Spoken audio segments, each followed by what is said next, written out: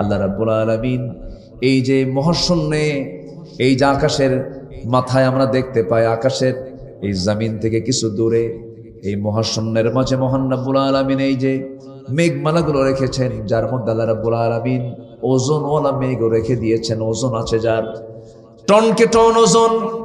এই টনকে টন ওজনওয়ালা মেঘমালাগুলোকে আল্লাহ রাব্বুল আলামিন সুন্দর করে পানি, সুন্দর করে বাতাসের সঙ্গে মিলিয়ে রেখেছেন।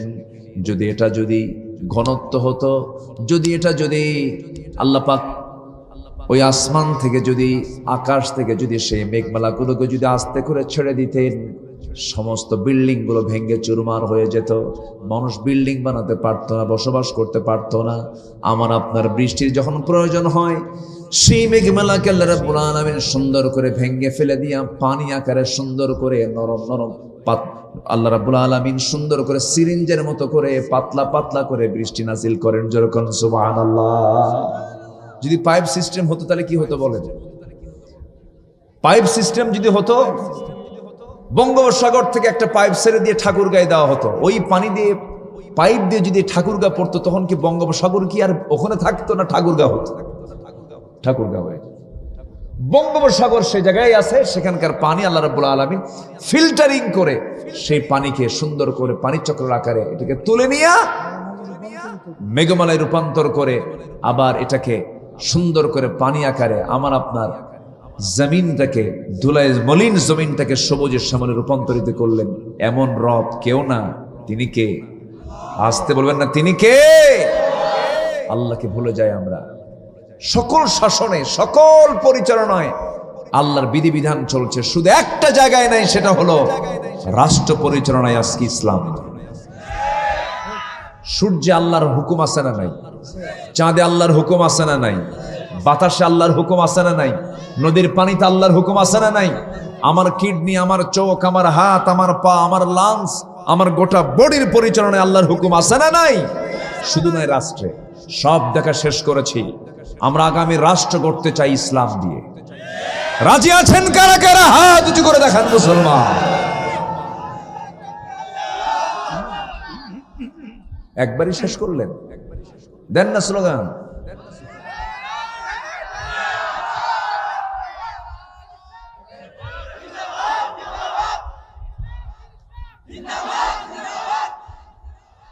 সব সমস্যার সমাধান বলেন, সব সমস্যার সমাধান কোরআন ছাড়া অন্য কিছু। আল্লাহ কবুল করুন। জোরে বলি আমিন, আরো জোরে আমিন। আমরা কার গোলাম? আস্তে কার গোলাম? এক জায়গায় না সব জায়গায়? সব জায়গায় আল্লাহর গোলামি করতে হবে। এক জায়গায় মানবো, আরেক জায়গায় মানবো না, এটা গোলামির পরিচয় হতে পারে না। গোলামি চলবে সব জায়গায় আল্লাহ পাকের। রাসূলকে খুব মোহাব্বত করে। আজকে একটা মারাত্মক একটা শব্দ চয়ন একজন করেছেন, আমি শুধু এই কথাটার পাল্টা জবাব দিতে চাই। এখন আর মধ্যযুগ নাই, আমরা এখন আধুনিক যুগে আছি। সম্মানিত ভাইয়েরা, মধ্যযুগ বলতে যদি ইসলামকে বোঝানো হয়, অবশ্যই একটা বাজে কথা মুখ থেকে বের করা হয়েছে। আসতে বলবেন না, জোরে বলুন ঠিক কিনা? রাসূল বলেছেন, খায়রুল কুরুনি কারনি সুম্মাল্লাযীনা ইয়ালুনাহুম সুম্মাল্লাযীনা ইয়ালুনাহুম। রাসূল বলেছেন, আমার যুগটাই হলো শ্রেষ্ঠ যুগ। আর সেই যুগকে মধ্যযুগীয় ভাষায় প্রয়োগ করে যারা গালিগালাজ করেন, তারা মুসলমান নয়। তারা অবশ্যই তাদের নতুন করে ঈমান আনতে হবে। এগুলো বাজে কথা। মধ্যযুগ আইন আমার দেশে চলতে দেওয়া যাবে না। তুমি কোন যুগে আছো? ক্লাস 2 বাচ্চা ধর্ষণ করে মস্তক বিচ্ছিন্ন করা হলো, হাত পা কেটে ফেলা হলো। যে দেশে 3 বছরের শিশুকে ধর্ষণ করা হয়, কবর থেকে তুলে মহিলাকে ধর্ষণ করা হয়। আমরা এরকম ইতিহাস কখনো পাইনি। আইএমএ জাহেলিয়াতের ইতিহাস শুনেছি, পড়েছি, এরকম কখনো দেখি নাই, শুনি নাই যে কবর থেকে লাশ তুলে মরা লাশকে ধর্ষণ করা হয়েছে। এমন ইতিহাসকে আমরা পাইছি? পাই না। আমরা পাইছি কি? মেয়ের সন্তান জন্ম নিলে পরে তাকে জীবন্ত পুঁতে হত্যা করত। কিন্তু আমরা এরকম বিকৃত, এত নোংরা মানসিক চরিত্র, এরকম ধরনের চরিত্র আমরা কখনো ইতিহাসে আমরা দেখতে পাই না। আগে ছিল ওল্ড জাহেলিয়াত, এখন হয়ে গেছে হলো নিউ জাহেলিয়াত। আধুনিক বর্বরতা আজকে চূড়ান্ত মাত্রা অতিক্রম করে চলছে, যা অত্যন্ত রীতিমতো আপত্তিকর। যেটা কুকুর শুকুরের মধ্যে নাই, আজকে মানুষের মধ্যে তা ঢুকে পড়েছে। আজকে পুরুষ পুরুষকে বিয়ে করে, আজকে নারী নারীর প্রেমে আসক্তি হয়ে যায়, সমকামিতাকে প্রমোট করা হচ্ছে, ট্রান্সজেন্ডারকে উৎসাহ দেওয়ার জন্য বহু ষড়যন্ত্র আবারও শুরু করা হচ্ছে। পশ্চিমা নাস্তিকদের কিছু দালাল আমার দেশে আছে না নাই? আসতে বলবেন না, আছে না নাই? সতর্ক থাকতে হবে। শেষ আগামীর দেশ আমরা দেখতে চাই কোরআনের দেশ। আল্লাহ কবুল করুন, জোরে বলি আমিন, আরো জোরে আমিন। সম্মানিত ভাইরা, প্রথম পরিচয় আমরা পাচ্ছি কার বলেন তো? আয়াত আল্লাহ পাক নিজের পরিচয় তুলে ধরেছেন। আমি হলাম সূর্যের রব, সূর্য আমি চালাই, চাঁদ আমি চালাই। আল্লাহ রাব্বুল আলামিনের পরে বলেন, وهو الذي جعل الليل والنهار خلفة لمن أراد أن يذكر أو أراد شكورا। তিনি সেই মহান প্রভু যিনি রাতকে দিনের খিলফা করেছেন, রাতকে দিনের স্থলাভিষিক্ত করে দিয়েছেন। দিন চলে যায়, রাত আসে, রাত চলে যায়, দিন আসে। আবার দিনের মধ্যে রাত ঢুকান, রাতের মধ্যে দিন ঢুকান। আবার দেখা যায় চৈত্র মাস, বৈশাখ মাস, জ্যৈষ্ঠ মাস। আজকে মাগরিবের নামাজ পড়েছেন 6:50 নাকি? প্রায় 6:50 নামাজ হয়েছে। এই মাগরিবের নামাজ মে মাসের শেষ দিকে প্রায় 7টার দিকে নামাজ পড়েন। আবার যখন নভেম্বর ডিসেম্বরে চলে আসে, সেই সময় এই 7টার দিকে এশার নামাজটা হয়ে যায়। এই যে প্রায় 1.5 ঘন্টা কম বেশি হলো, মাগরিব এশার মধ্যে ঢুকে গেছে, এশা মাগরিবের মধ্যে ঢুকে গেছে, রাত দিনের মধ্যে ঢুকে গেছে, দিন রাতের মধ্যে ঢুকে গেছে। এটার সম্পূর্ণ পরিচালনা, সম্পূর্ণ পরিকল্পনা যার, তিনি আমার কে চালান? এগুলো কে চালান? আল্লাহ চালান। সম্মানিত ভাইয়েরা, সম্মানিত বন্ধুগণ, আমাকে কেউ দেখে না, আমাকে আল্লাহ দেখেন। আমাকে কেউ শোনে না, আল্লাহ আমাকে শোনেন। আমরা খুব লজ্জা পাই। আমরা কোন দেশে বসবাস করছি? ধর্ষিতা ধর্ষকের আগেই দুনিয়া থেকে বিদায় হয়, ধর্ষকের বিচার বাংলার জমিনে হয় না। এটা লজ্জাস্কর একটা বিষয়। সবার বাড়িতে মা বোন আছে না নাই?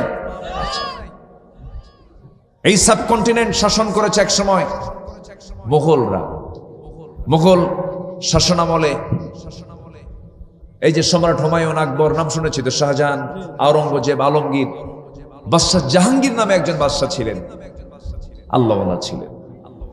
উনি একদিন দরবারে বসা, কোন এক হিন্দু মহিলা, বৃদ্ধা নারী তার সামনে গিয়ে দাঁড়িয়ে বলছে, জাহাপনা, একটা বিচার চাইতে এসেছে আপনার কাছে। কি সমস্যা? আমার নতুন বৌমা বাড়িতে, আমি বিয়ে করিয়েছি আমার বড় ছেলেটাকে। বৌমাটার চেহারা সুন্দর, অত্যন্ত সুন্দরী একটা মেয়ে আমি পেয়েছি আমার বৌমা হিসাবে। কিন্তু আমার এই সুন্দরী বৌমার দিকে বখাটে একটা যুবকের লোলুপ দৃষ্টি পড়েছে। সে প্রায় প্রায় জুলুম করে অস্ত্রের সামনে, অস্ত্রের সাথে আমাদেরকে অস্ত্র দিয়ে জিম্মি করে আমার সেই বৌমার ঘরে ঢুকে জোরপূর্বক সে ধর্ষণ করে যায়, জেনা করে যায়। আমি আপনার কাছে এটার বিচার চাইতে আসছি, আপনি একটু ফয়সালা করে দেন। বাদশাহ জাহাঙ্গীর শুনে আশ্চর্য হয়ে ভাবলেন, এই জনপদে কোন যুবকের এত বড় সাহস যে ঘরের মধ্যে ঢুকে অস্ত্র উঁচিয়ে ধর্ষণ করে যায়? এমন সাহস এই জনপদে কারো থাকতে পারে না। আমার বিশ্বাস এই অপকর্মের সঙ্গে আমার নিজের সন্তানটাই জড়িত থাকতে পারে। এখন বলেন, বিচারটা কি সহজ বিষয়? নিজের সন্তান, এটা বেশ কঠিন বিষয়। এবার তিনি জিব্বা কি ঠোঁট কামড়াতে কামড়াতে বাদশাহ জাহাঙ্গীর বললেন, বুড়িমা, আপনি হিন্দু হতে পারেন, কিন্তু আপনি একজন নারী, এই জনপদের একজন নাগরিক। আপনার অধিকার আছে, সুবিচার পাওয়ার আপনার একটা অধিকার। আপনি আমার কাছে এসেছেন, আপনি চলে যান, অ্যাড্রেস দিয়ে যান, এবং সময়টা কখন, টাইমটা কখন, কখন সে আপনার বাড়িতে ঢোকে, এই টাইম এবং আপনার বাড়ির লোকেশন দিয়ে যান। এটার ব্যবস্থা আমি খুব দ্রুত নিচ্ছি। তিনি কাউকে বললেন না।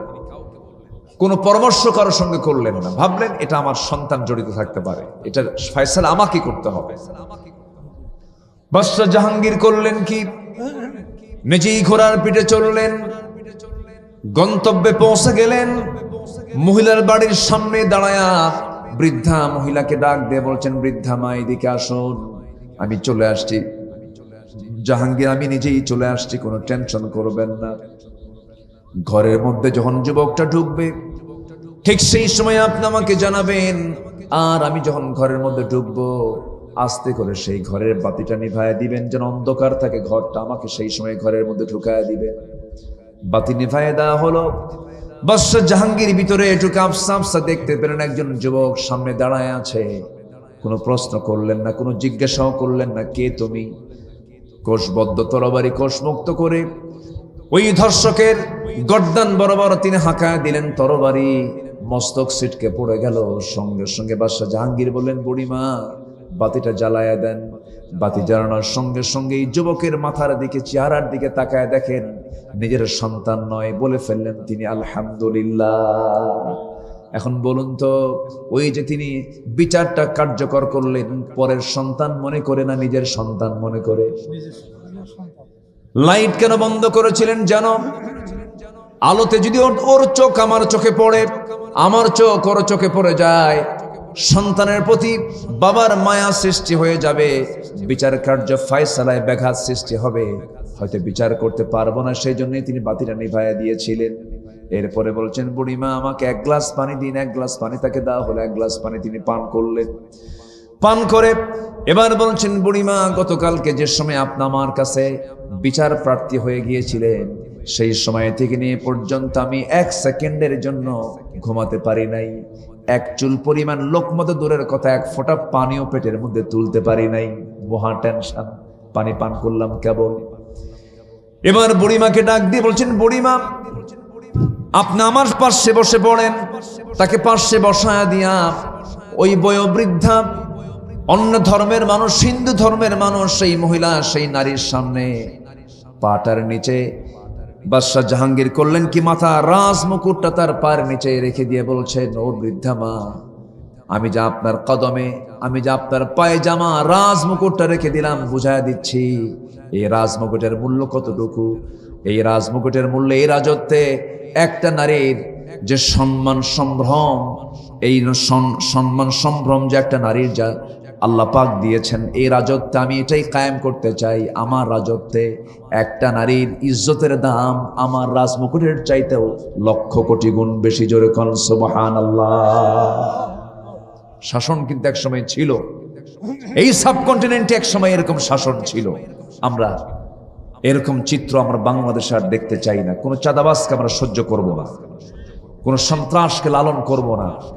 আপনি আজকে ছাড় দিবেন, কালকে আপনি সেটার সম্মুখীন হয়ে পড়বেন, আপনি নিজে তার ভিকটিম হবেন, আপনি নিজে মুখোমুখি হয়ে পড়বেন একদিন। এই জন্য কোন অন্যায় দেখলে পরে রাসূল বলেছেন, এক নম্বর ঈমান হলো হাত দিয়ে তা প্রতিহত করা। কি দিয়া হাত দিয়া। মাল্লাম কি মান রাআ মিনকুম মুনকারান ফালইয়ুগাইয়িরহু বিয়াদিহি। তোমাদের মধ্যে যদি কেউ শরীয়ত বিরোধী কোন, ইসলাম বিরোধী কোন অপরাধ সংগঠিত হতে দেখে, তার এক নম্বর কাজ হবে সে হাতের দ্বারা এটা মিটাই দেবে, অর্থাৎ হাত দিয়ে মোকাবেলা করে বাতিলকে উৎখাত করে ফেলবে। এটা এক নম্বর পরিচয়। এটা কয় নম্বর? মালিক রাতের মধ্যে দিন ঢুকাই আমি, দিনের মধ্যে রাত ঢুকাই আমি। আমি শুধু তোমাকে চালাই না, আকাশের উড়ন্ত পাখিকে চালাই, জলভাগের বড় বড় প্রাণী এগুলোকে আমি চালাই। সব প্রাণী রিস্কের দায়িত্ব কারো হাতে নয়। কার হাতে? আসতে বলবেন না, কার হাতে? আল্লাহ রাব্বুল আলামিন বলেন, ওয়ামা মিন দাব্বাতিন ফিল আরদি ইল্লা আলাল্লাহি রিজকুহা। জমিনে যত বিচরণশীল প্রাণী আছে, সমস্ত প্রাণীর রিস্কের দায়িত্ব আমি কাউকে দেই না, আমি আল্লাহ নিজে দায়িত্ব নিয়েছি। জোরে বলি সুবহানাল্লাহ। আমার ভাইরা, আমার দেশে মাঝে মাঝে অতিথি পাখি আসে। এই এলাকায় আসে কিনা জানি না, আসে অতিথি পাখি আসে। আমার গোটা বাংলাদেশে আসে, বিশেষ করে বিলাঞ্চলগুলোতে বেশি আসে, বিল ঝিলগুলোতে বেশি আসে। ওই সিলেটের হাকালুকি বিল, কিশোরগঞ্জের হাওড়, নাটোর, সিংড়া, চাটমোহর, পাবনার সেই চলন বিল সহ ওই রকম সাতক্ষীরা, খুলনার সেই বিশাল অঞ্চলগুলোতে গোটা দেশেই বলা চলে অতিথি পাখি এই দেশে আসে। বিশেষ একটা সময় নিয়ে আসে, 6 মাসের জন্য তারা আসে। এই পাখিগুলো কেন আসে, কি জন্য আসে, একটু প্রশ্ন করে দেখুন তো। কেন তুমি আসো পাখি? তোমার বাড়ি তো 40,000 কিলোমিটার দূরে, সাইপ্রাস থেকে সেই পাখিগুলো আসে, সাইবেরিয়ান দ্বীপপুঞ্জ থেকে সেই পাখিগুলো কেমন করে আসে? মনে হয় তাদের জন্য পাসপোর্ট আছে। পাসপোর্ট আছে? তাদের কি ইমিগ্রেশন আছে নাকি? কোন ইমিগ্রেশন লাগে না, পাসপোর্টও লাগে না, ভিসাও লাগে না, কোনো বিমানও নাই, কোনো বিমানের কোনো পিএনআরও তার সংগ্রহ করা লাগে না, কোনো টিকিট কাটা লাগে না। নিজস্ব ফ্লাইটে করে কেমন করে সে 40,000 কিলোমিটার দূর অতিক্রম করে সে বাংলাদেশে কেমন করে চলে আসে?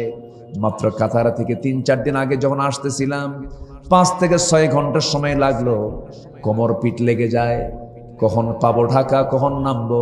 আর এই 40,000 মাইল, 40,000 কিলোমিটার, এই এত দূর থেকে এই পাখিগুলো কেমন করে আসে, কেমন করে সে তার পথ চিনতে পারে? পাইলট রাডার, জিপিএস অন করে দিয়া রাডারকে লক্ষ্য করে সুন্দর করে দেখে দেখে চলে আসে। বিমানের যারা পাইলট তাদের তেমন কোনো কষ্ট নাই, শুধু ফ্লাইং এ কষ্ট আর ল্যান্ডিং এ কষ্ট। এছাড়া উপরে যখন বিমান ওঠে শুধু রাডারটাকে লক্ষ্য করে তারা নির্দিষ্ট গন্তব্যে তারা পৌঁছে যায়। কিন্তু পাখিটা কেমন করে জানে বাংলাদেশটা অমুক দিকে, ওই দিক দিয়ে যাওয়া লাগবে? এই পথটা তাকে কে শিখায় দিল?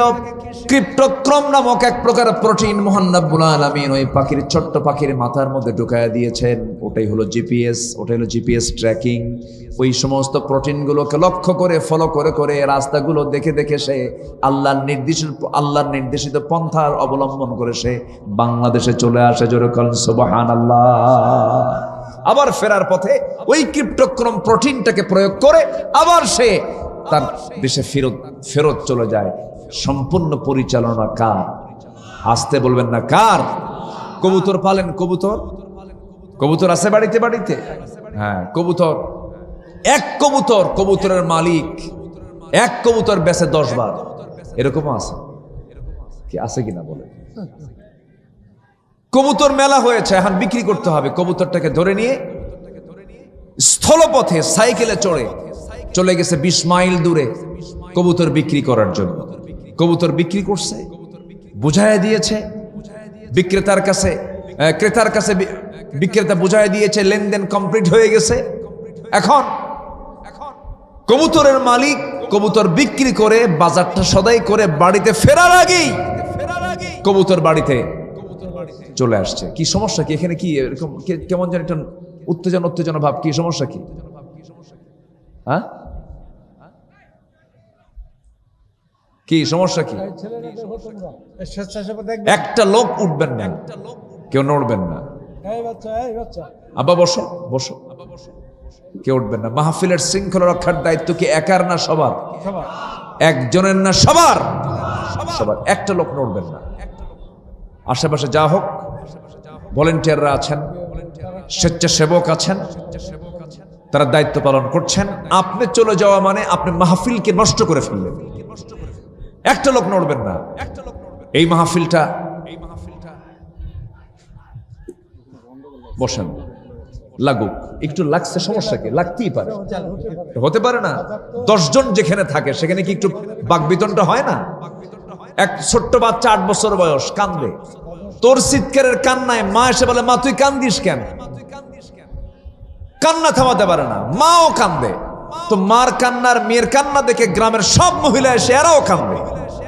কান্নাকাটি করা শেষ, সর্বশেষ বলতেছে সবাই মিলে, আচ্ছা মা তুমি কেন কানলে? এটাই তো জানলাম না, আমরা তো সবাই কানলামই। এখন ছোট্ট 8 বছরের মেয়েটা বলতেছে, মা আমার কান্নার হেতু হলো, কারণ হলো আমার বয়স এখন 8 বছর। যখন আমার বয়স হবে 16 বছর তখন আমার বিয়ে হবে। বিয়ে হওয়ার পর আল্লাহ পাক আমাকে একটা ছেলে বাচ্চা দান করবেন।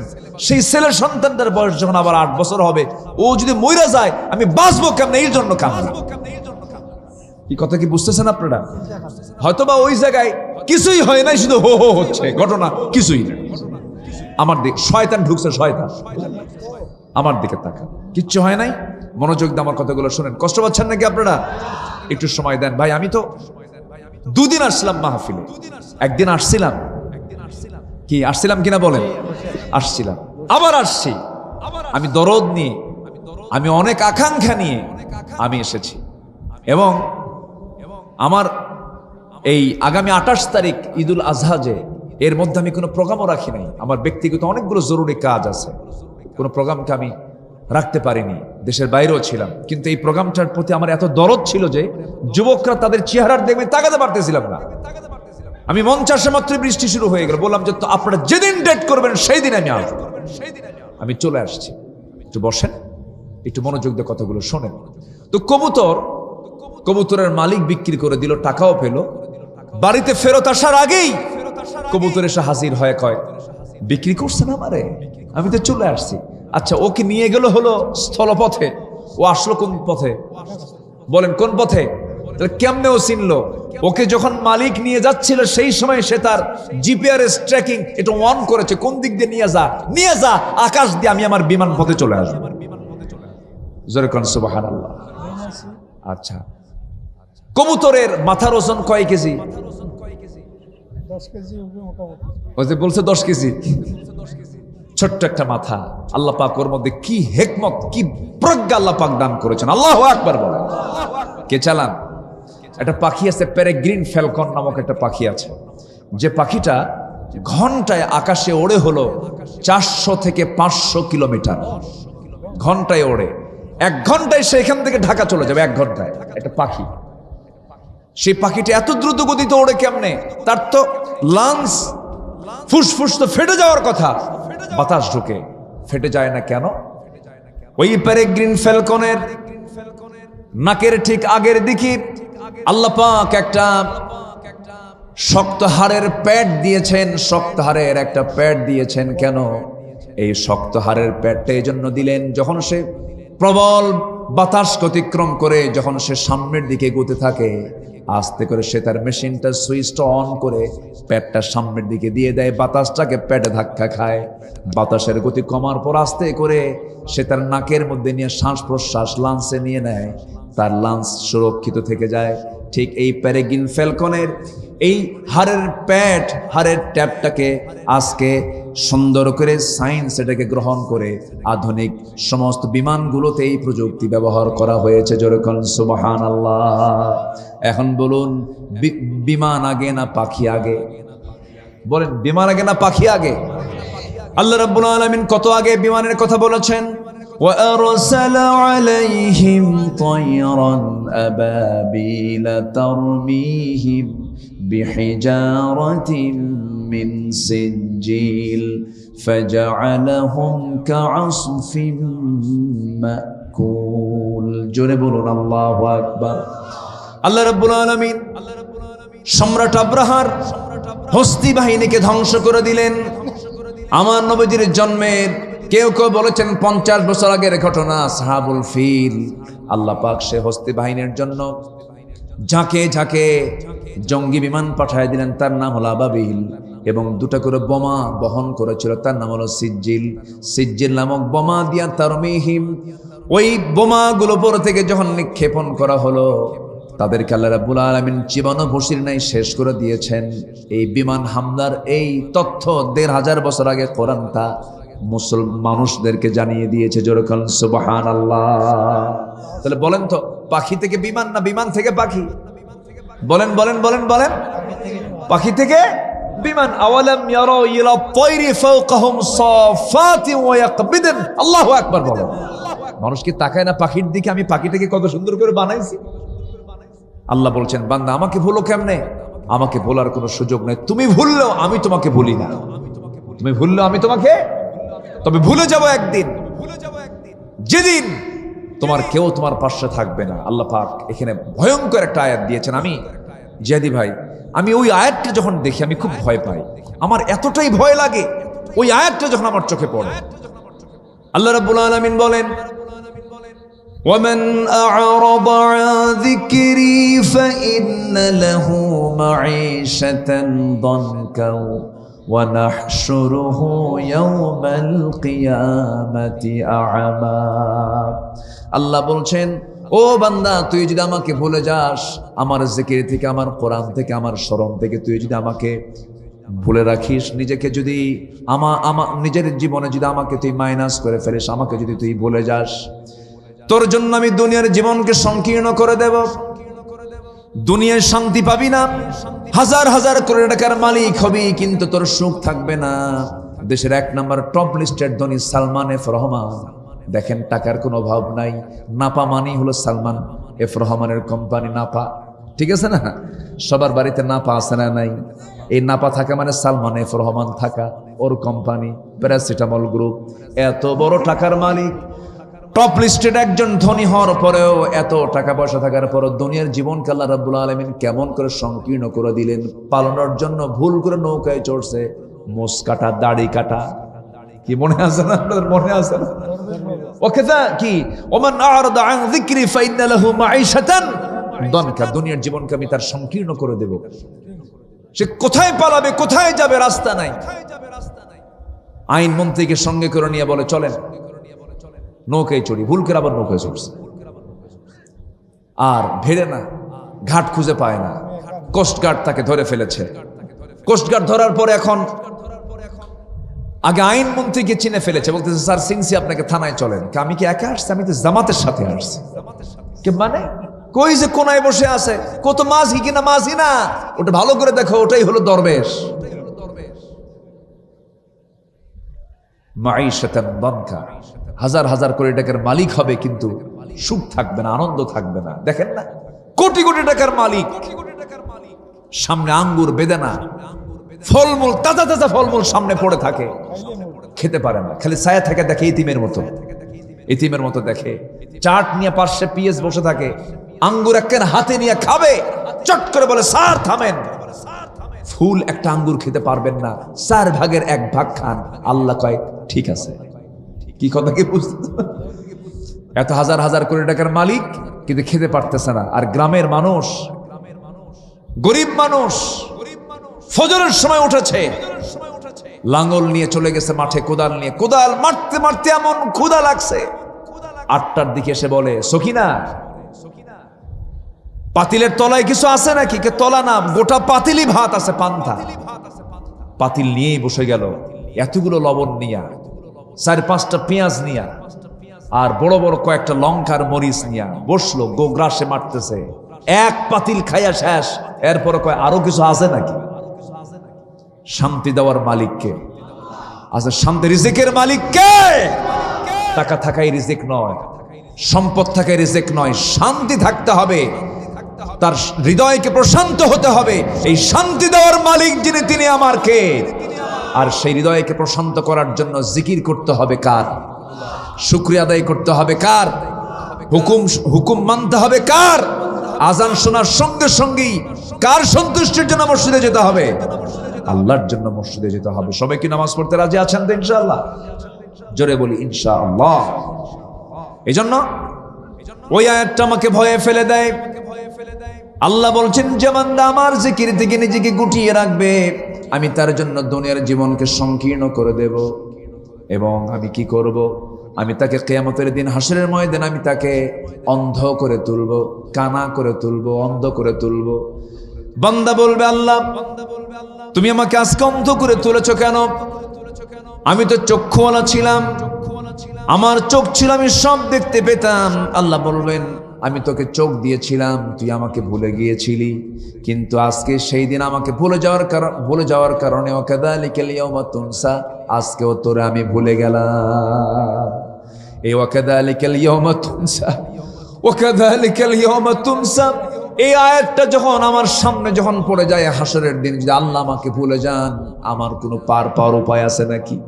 পার পাওয়ার কোনো উপায় নেই। জন্য আল্লাহ যেন আমাকে না ভুলে যান, সেই জন্য সবচেয়ে বড় কাজ হলো সবাইকে ভুলে গেল, যাকে কখনো ভোলা যাবে না 1 সেকেন্ডের জন্য, তিনি আমার, চিল্লায় বলুন কে?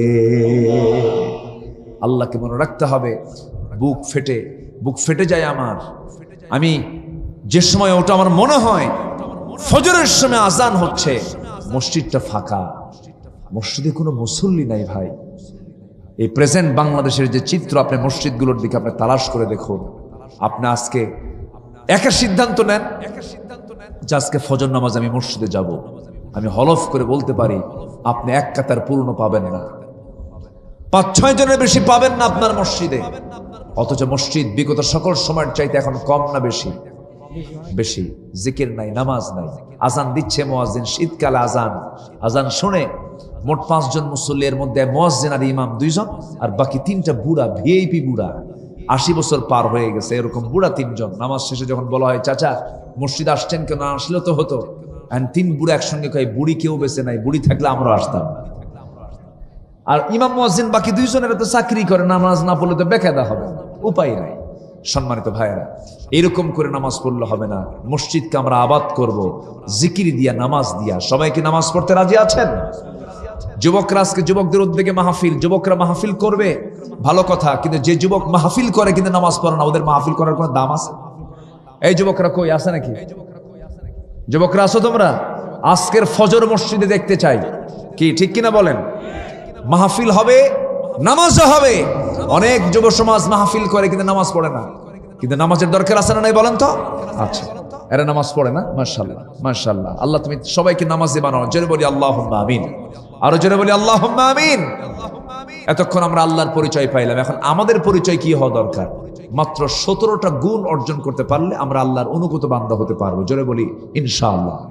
কয়টা গুণ শুনবেন? আগ্রহ আছে? ওয়াজ কিন্তু কেবল শুরু, নুরু ওয়াজ কিন্তু শুরু। হ্যাঁ ঠিক আছে না? ওয়াজ কিন্তু কেবল শুরু। এখন 17টা পয়েন্টের উপর আমি আলোচনা শুরু করতেছি। কি রাগ করতেছেন নাকি আপনি? কোনো সমস্যা নাই তো? এখন আসেন, আল্লাহ পাক নিজের পরিচয় দিয়ে এখন বলতেছেন, আমার যারা অনুগত বান্দা, ইবাদুর রহমান, আমার বান্দা কারা হবে? আমার বান্দা ধর্ষক হবে না, আমার বান্দা আমানতের খেয়ানতকারী হবে না, আমার বান্দা ওয়াদা ভঙ্গকারী হবে না। নির্বাচনের আগে নির্বাচনের প্রতিশ্রুতি একরকম দিয়া পরবর্তীতে আরেক চরিত্র ফুটায় তুলবে, এটা আমার বান্দা হতে পারে না। কি কথা কি বুঝতে পারতেছেন? আমার বান্দা হতে হলে কিরকম বান্দা হতে হবে, আল্লাহ পাক সুন্দর করে তার চিত্রটা, তার চারিত্রিক দিকগুলো আল্লাহ পাক সূরা ফুরকানের শেষ রুকুতে আল্লাহ পাক তুলে ধরেছেন। 1 নম্বর হলো, আমার যারা বান্দা হবে তারা হবে উগ্র না বিনয়ী? বলেন, উগ্র না বিনয়ী? মেজাজি না ধৈর্যশীল? ধৈর্যশীল। রাগী না ধৈর্যশীল? রাগ যোগ্যতা না ধৈর্য যোগ্যতা? আচ্ছা, যখন তালাক দেয় কেউ, এই যে রাগের ঠেলায় যে 3টা মারে, এটা কি মোহাব্বত নিয়ে মারে? কি ধৈর্য দিয়ে মারে না রাগে মারে? রাগে মেরে দিল 3টা তালাক। তালাক দিয়ে হাকিম ভাইকে ফোন দিয়ে বলে, ভাই হুজুর কাম তো সারছে, কি মেরে দিচ্ছে। বউ ফোন আসে না? প্রায় ফোন আসে। এই ফোন কমন ফোন, মানে এত ক্ষমতা হাতের, বিয়ে করে এমন ক্ষমতা পাইছে, খালি তালাক দিয়া ফোন দিয়া বলে, হুজুর কাম সারছি। কি করেছ? কি করেছেন বলুন? হুজুর 100 তালাক দিছে। কত তালাক? আর তালাক মাররাতান, আল্লাহ বলছে তালাক হলো 2টা, আর তালাক মাররাতান। আর ও দিছে কয়শো? 100 তালাক দিয়া করে, হুজুর তালাক তো দিছেই বউরে, শাশুড়িও বাদ দিনে ওরও তালাক দিছে আগে। কেন? ঘটনা কি? হুজুর খুব রাগ উঠছিল, কথার সঙ্গে বনিমানাট হয় নাই, মোবাইলে মেরে দিচ্ছে। আমি মালয়েশিয়া থাকি, বউ আমার গাইবান্ধা থাকে, মেরে দিচ্ছে। আচ্ছা বলেন তো, এটা কি ধৈর্য না রাগ? বলেন, ধৈর্য না রাগ? জঙ্গল কি যত্নে হয় না এমনি এমনি হয়? আর বাগান যত্ন হয়। বাগান বানাতে হলে, একটা সুন্দর গার্ডেন বানাতে হলে অনেক পরিশ্রম করতে হয়, আর জঙ্গল তৈরি করতে কিছু পরিশ্রম করার এমনি এমনি হয়ে যায়। জঙ্গল হলো রাগ, আর বাগান হলো ধৈর্য। আমরা ধৈর্যশীল হব, জোরে বলি ইনশাআল্লাহ। আমরা উগ্র হব না বিনয়ী হব? বিনয়ী হব। আমার নবীজি বিনয়ের মূর্ত প্রতীক ছিলেন। আহারে আল্লাহু আকবার। আমার নবীর দ্বারা কোনো কাফেরও কষ্ট পায় না ব্যক্তি জীবনে, কোনো কাফের, কোনো মুশরিক এরাও কষ্ট পায় না। আমার নবীজি সারা জীবন তো কাফেরের সঙ্গেই থেকেছেন। আবু তালেবকে কি হয় বলেন? কি হয়? কি হয়? কি হয়? মুসলমান না কাফের? রাসূল তার সঙ্গে থেকেছেন মক্কায়, সারা জীবন তো কাটছে তার সাথেই। কি বিনয়ী তিনি ছিলেন। আবু তালেব বলেন, মুহাম্মদ শোনো, আমি জানি তুমি নবী সত্য, আমি তোমাকে ভাষা শিখিয়েছি, আমি তোমাকে বিয়ে করাইছি, আমি তোমার পিতার ভূমিকা পালন করেছি, আমার চাইতে অন্য কেউ তোমাকে বেশি চেনে না। এমনকি আমি এটাও বলতে পারি